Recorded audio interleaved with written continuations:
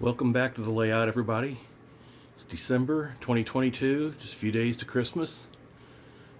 I wanted to wish everybody a Merry Christmas, Happy New Year in advance. Hope everybody's well. Hope everybody's going to have a good time with their families and friends. I have a couple things that I've added since the last time I talked to you, which has been a little while. So I thought I'd show you around. First of all, I've picked up a couple of pieces here and there between the shows and going down to the McLean Depot at Tom's shop. I picked up a couple of pieces of rolling stock, the Norfolk & Western, GM&O 40-footer, some GM&O hopper cars. Here's three. I think I have three from the early days too, but they're two different designs. Got an EJ&E hopper, which is really neat. Always liked the EJ&E road up in the Chicago and Chicago suburbs. I got an ADM hopper car that can go between the grain elevators on the layout. So those are just a few of the cars that I got from Tom's and from a couple of the shows.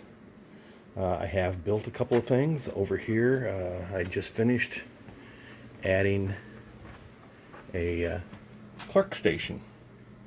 This is one of the Blair line kits, and it's a very nice kit.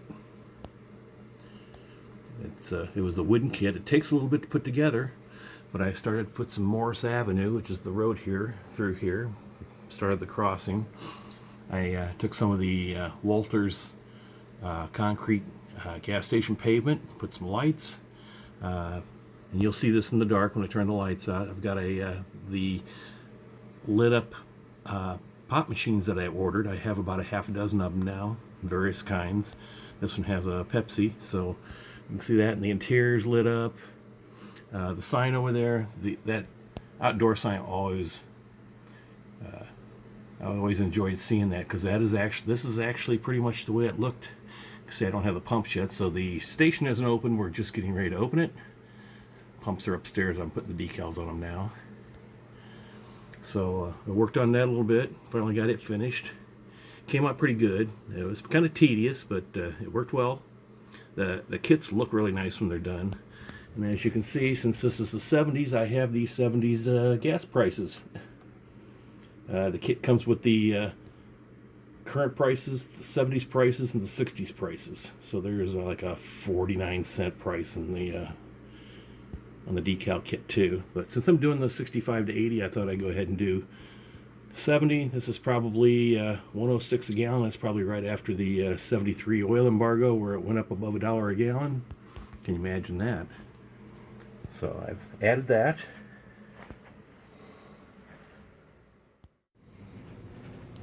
Of course, I finally have the tablet working, so now we have movies at the drive-in.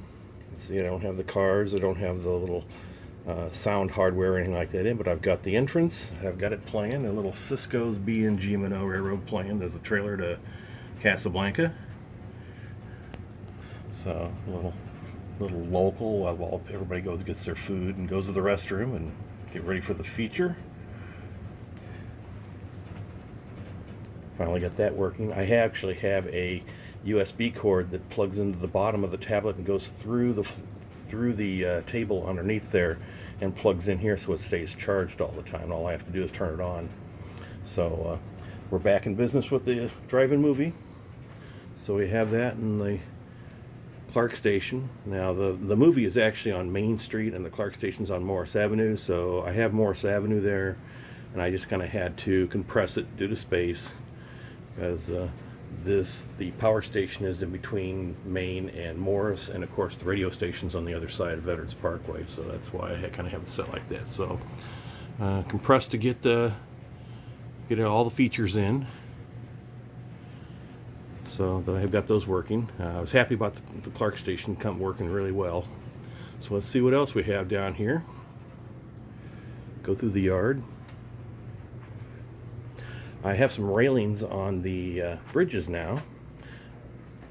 You can see these are railings that look very, very much like the ones that were on the old bridge before they rebuilt it. And that's on there. And then also on the bridge that went over the creek, they have that too. I found somebody on eBay that had just a bunch of miscellaneous parts, and he had 3 of these bridge railings in it, and I got them for like $11. So I got a bunch of parts, but I got what I wanted, which probably would have cost me that much anyway, so I'm happy with that. You can see everything here. Everything turned out real well. There's the radio tower, which they actually did have a small radio tower that's transmitted to their larger radio tower outside of town. And then of course they had their radio station on top and on the side. I do have an addition to Steak and Shake, as I found a circuit board and 16 micro LEDs, and across the sign on the roof there, which says ground only government inspected beef for steak burgers. Usually you remember the old Steak and Shake buildings had have the chaser lights across the front. So the circuit board is going to be the chaser lights. There'll be 16 of lights on the circuit board spaced across there, and in between each one of those, which will be 15 additional lights, will be stationary lights. They'll be on all the time. So the chaser lights will flash across while the ones in between will stay on, and that's actually the way the chaser lights did in the Steak and Shake building. So it's going to look a lot like it. So it's going to be a little tedious. All the wiring is going to have to be underneath the roof there and go inside and then down through the table, but we'll get it. I think it's going to look awesome. There's a company called Backatronics, which I buy a lot of these circuit boards. Besides We Honest out in California on eBay, Backatronics is another place where I buy circuit boards, and they have really good product too. So I buy those, and they're made here in the U.S.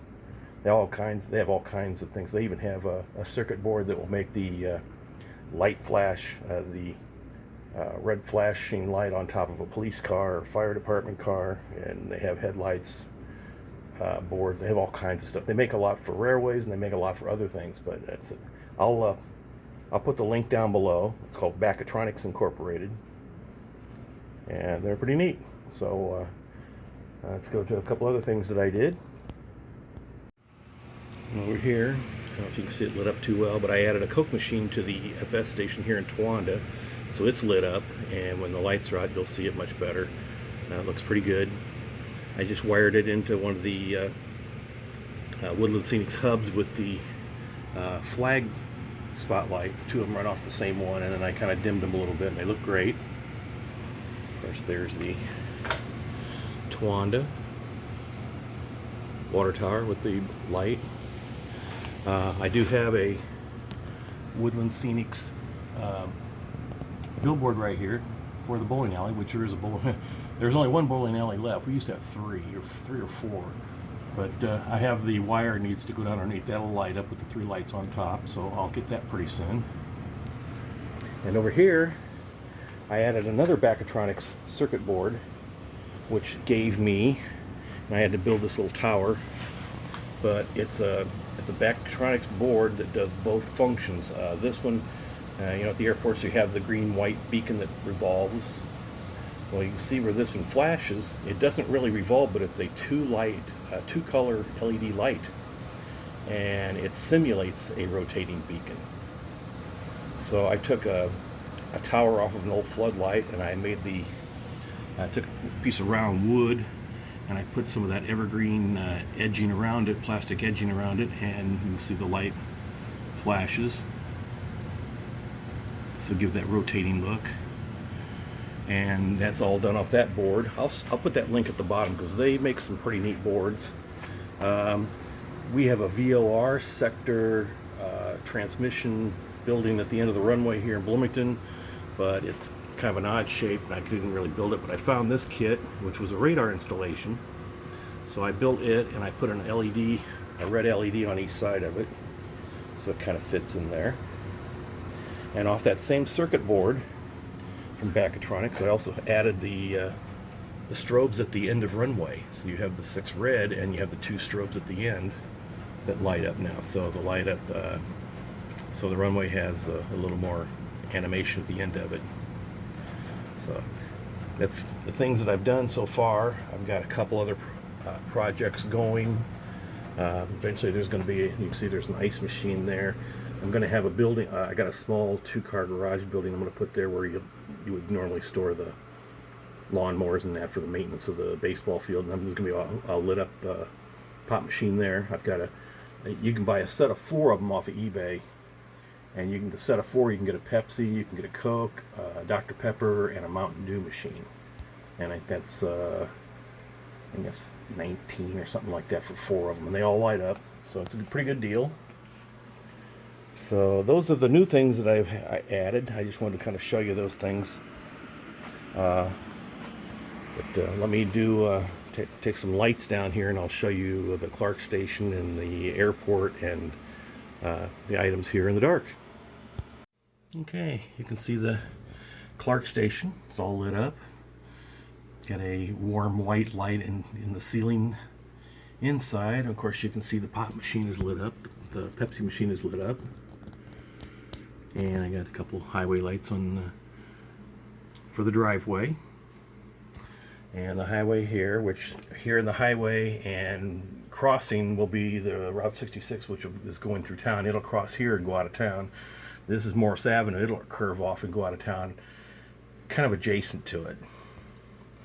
Of course, as you're driving down Beltline Road or 66 back in the 70s and coming over the hill, you can see that the drive-in movie had their movie going. So you can see it's me. Showing items there on the layout. So I'm glad I finally found, I just got a USB mini plug that goes into there, and then a USB plugs into a power unit adapter and plugs into the outlets, which I have right here. You can see underneath there I have the outlet strips. So little 3-foot line will go right over to that. So it'll always be charging whenever the power's on. And it seems to keep the power real well because I've had it on now for 10 or 15 minutes. It's only used 2%, so it's at 98% yet, so it's pretty efficient too. I do have I don't have it on right now, but there's that little sign right there for the theater, what's now playing. It actually lights up, and I think it has in previous episodes that I've had, but that'll take care of that. So you can see I'm finally getting some lighting over in this part of town. So you can see the gas station and the drive-in and the radio tower. So finally getting some activity over here too. So eventually I get around here, get more lighting, it will connect everything together light-wise. And of course I'm going to put another floodlight at this end of the yard so I can see the yard at both ends, because the other one works really well, but you can see it's kind of dark down here, so I'm going to put another one. So right here and right here, well, it's in the dark now, but I'm going to cut that, and that street's going to go downward. It's going to go underneath. There was Morris Avenue went down to Market Street, and I'm going to take care of that. Here's the North Main Street area, all lit up.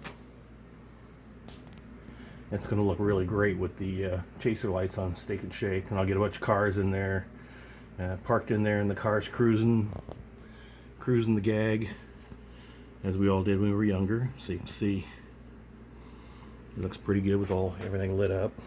I'll get some lights in the radio station and in the Dairy Queen, and I'll put some lights underneath that underpass. They usually had that lit up, so I'll just put a couple of LEDs on each side and dim them so it look like it's lit up underneath. And of course, the ISU part of, I'll call it downtown normal from back then. And I was always happy how that came out. As we're traveling through here. And let's go over to the other side of town and see what it looks like. Okay, you can see the FS station in Towanda. It's lit up inside. There's the Coke machine lit up on the outside. They're very easy to do. You do have to put if you use the 12 to 24 volt power supplies, you do have to put a resistor in line, because they are 9. It is 9 volts. So I usually use like a 640 or a 560 resistor, which gives it plenty of resistance, so it won't burn it out or anything. So I just thought those little machines, those little pop machines, look really neat. So I'm going to have them populated. I have 4 more populated around here, including the baseball field. Of course, there's the other part of town you always see over there. You see, there's the end of the runway lit up at night. And I have to added those because it just looks neat. There's my radar facility. Just the 2 solid lights on it, and they just ran the 2 lights, ran a resistor on each one of them, and ran it over to a Wheel & Seats hub, and they stay on all the time. And over here, you can see that the beacon flashing as if it's a rotating beacon.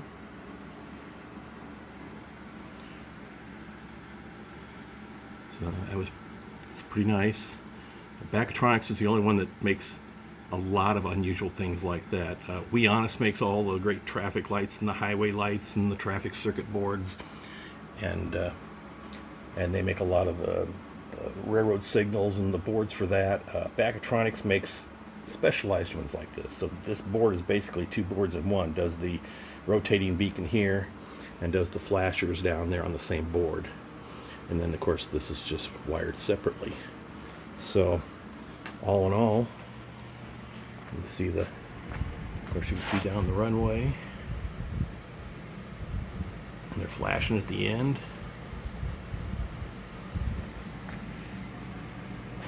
There's the traffic lights right there, they're changing. And the beacon. So kind of has a Bloomington Airport appeal to it. So that's what I've been doing. I just wanted to show you. I need to get working on again on Tony's caboose. I have an ICG caboose to make for him, and I just got the decals, and I had to order some more ICG orange paint, so we're back in business for that. And have some other family things going on. So it's been really busy. I bought a new lap steel guitar for the studio upstairs, so I'm going to try to learn some steel guitar to put in some of our songs that we write. So retirement is full. I have plenty going on. So of course, there we go. Apple Tree Stereo and Apple Tree Records. Apple Tree Records was one of our favorite places. My friend Dave Park, who I went to high school with, and his brother Larry. Well, Dave worked upstairs and sold us Japanese, German imports, half-speed master imports, all kinds of great vinyl, and we'd buy them all up there from him. We'd go to concerts, and Dave and a bunch of us went up to see Todd Rundgren and Ambrosia in Chicago one time. We had a lot of fun. So it was a great place, and had the gallery next door, so that was a great place for us all to hang out. They had the stereo shop and everything, and Josie's. So didn't have to go far. You had to stay on the same block, enjoy ourselves all evening. So there you go. Thanks for stopping by. Like and subscribe. And everybody have a very Merry Christmas and a Happy New Year. I probably won't get an update till after that. But may it be good to you and all your family and friends. And we'll take care. Bye.